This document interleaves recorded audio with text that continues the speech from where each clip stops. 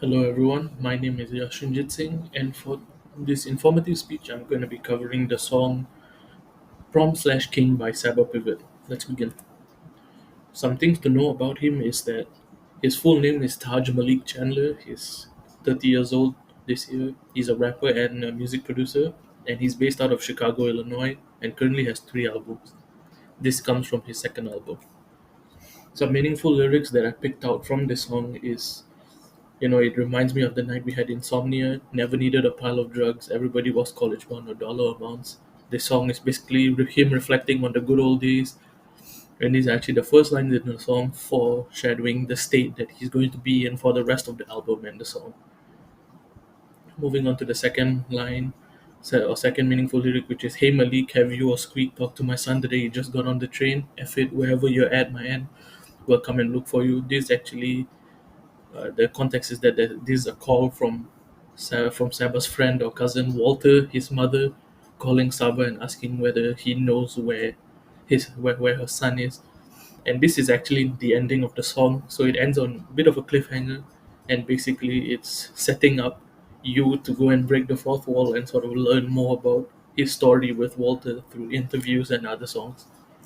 And I think it's amazing. So why do I, as for one, even like this song? To me, it's an incredibly personal story that's delivered in a way that really captures your mind. You know, the reason I say this is because it doesn't have a music video. It's a really vivid story being told through music, and the lack of a video forces your brain to kind of build the characters and scenarios in your mind as he's describing it, sort of crafting your own story. In many ways, it's like reading a storybook, and I think the way he portrays the song is so good because he constantly gives you vivid descriptions of events and the people as well as the scenario. So I think it really works not having a video for it.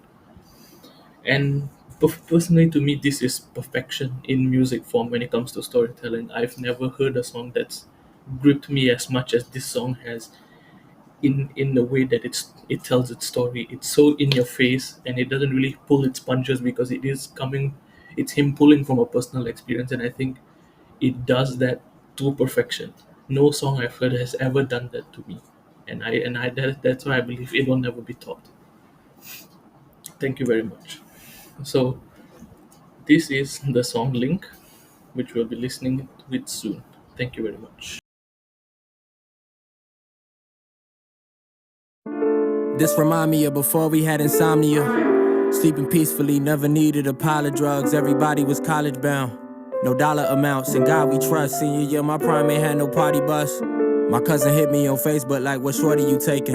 I'm lying, I'm playing, I'm saying I got one to take, and I'm waiting on her response. Wrote her a 3-page letter, it's 3 days later. Never hit me back, she broke my heart. So now he eyeing me shit like, yo, is shorty bad? I pretend not to be depressed, she never wrote me back. I hit him back like, yo, well, fuck her, it's on to the next. I wrote that message thinking I'm awkward, probably never had sex. You know, in high school, 16, you probably late. My cousin hit me back, don't trip, bro, I got you a date. So he sent me this link to some girl I had never seen. He said to call her, tell her Walter sent you with me. I think about it for a minute, like what's his intentions?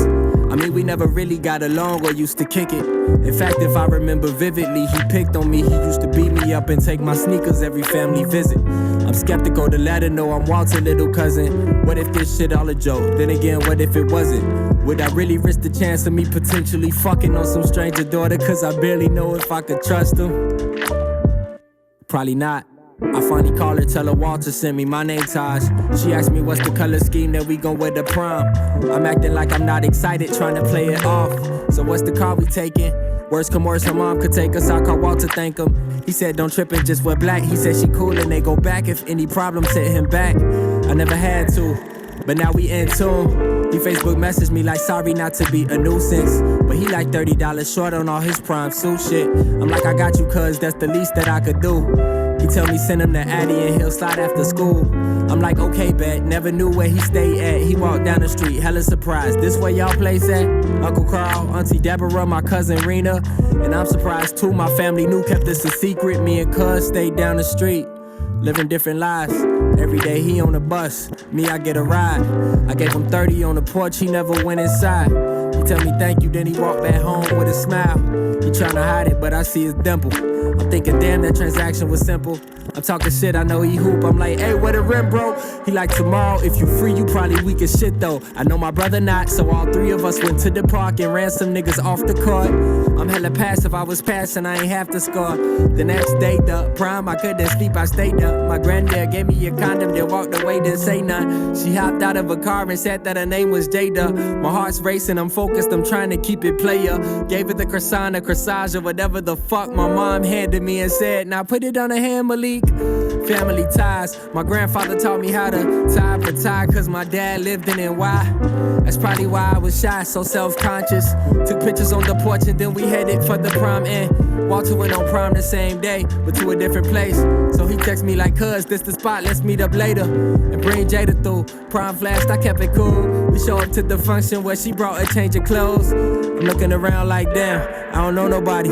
We at this party out west, and Jada left to get dressed. I fake like I'm sending texts, some stranger get really close. I swear that I hear his breath, then he put a knife to my neck. Gave me the rundown like Jada, my sister, and if you hit her, fuck her, make her miss you, I'ma kill you. At this point I'm just exhausted, wondering where the fuck's Walter. He shows up like 30 minutes after our altercation. I never mentioned it to him, he kinda overprotective, and I know if I tell him that he'll beat this nigga skull in, turn his body a skeleton, and I night it and terrible. I excel and say fuck it, and I just chose to let it go.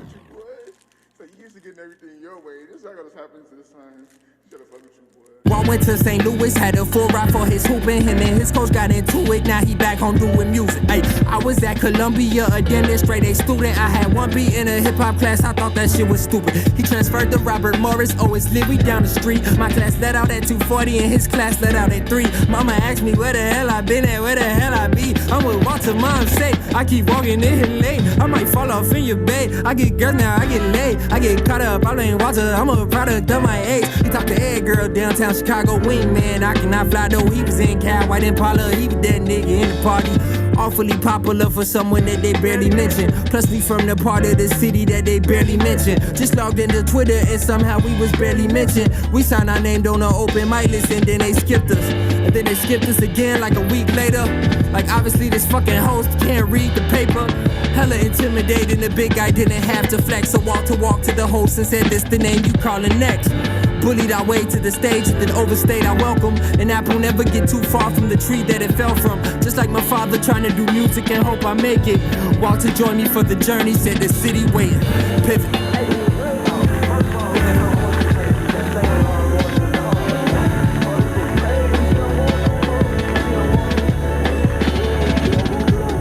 Walter invincible, dodge death like a mad magician, more times than a mathematician.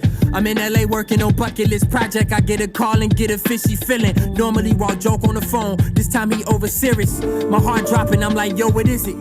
He say he with TY on the highway and some niggas just tried to kill him. Emptied the clip on the car, but somehow they didn't hit him. Sometimes I fucking hate Chicago, cause I hate this feeling. Innocent niggas get shot at in the broad day, the AM. I asked him for a play-by-play of how their whole day went. He said he went to export and they ran a full court, and I cannot retort without thinking that this can't be the reason. So what else you do? What about Ty? Is he still cool? Where you on your way from and where you on your way to? He say he just left for dinner at a friend crib and that's it. He say Ty don't do shit but smoke, honestly Saba, that's it. Give him sympathy, another case mistaken identity. The news probably gon' run it, says 2 gangs from different streets. Police questioning him like he just shot at a trooper. My boy walked away unharmed and we did Lollapalooza. Yeah, 6 months passed by, every day we celebrate, every day a better day. I just dropped bucket list, water about to drop a tape. Everything going perfect, couldn't paint a better way. Pivot gang is on the way, we just sold out Lincoln Hall. Then I went to talk to Sway, I got back home and got back on it. Cause what I was doing 2 a day, sending me links to something that he made. Kid Cudi, we are not riding no waves. Hey, grandma made us play, we played 2K, that's just the day before. Fatima got a show tomorrow, he text me, hey, we in that hole. I went to the barber shop the first thing the next morning. Then I got up with legit, we supposed to do some recording. 10 minutes into the session, I got a call from a number that I don't got saved. But I answer anyway, she says, hello, Malik, have you or Squeak talked to my son today? He was just on the train. We got in the car, but we didn't know where to drive to. Fuck it, wherever you are, my nigga, we'll come and find you.